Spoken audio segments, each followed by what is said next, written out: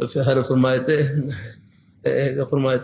لِكُلِّ شَيْءٍ آفَةٌ وَلِلْعِلْمِ آفَاتٌ، مد کے ساتھ پڑھتے ہیں مد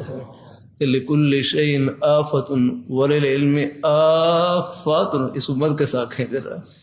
میں کہ ہر شے کے لیے ایک آفت، ایک مصیبت، فرمائے علم کے لیے، علم دین حاصل کرنے کے لیے بہت سی آفات ہیں، بہت سی مصیبتیں آتی ہیں، آفات آتی ہیں، لیکن بس ان میں صبر اور شکر کے ساتھ آپ یہ گھڑیاں گزار لی، پھر جنت کی ٹھنڈی ہوائیں استقبال کے لیے کھڑی ہیں الحمدللہ، اور پھر یہاں بھی اللہ پاک اپنی رحمت سے نوازے گا۔ مشہور مقولہ ہے العلم عز لا ذل فیہ لیکن یحصل بذل لا عز فیہ،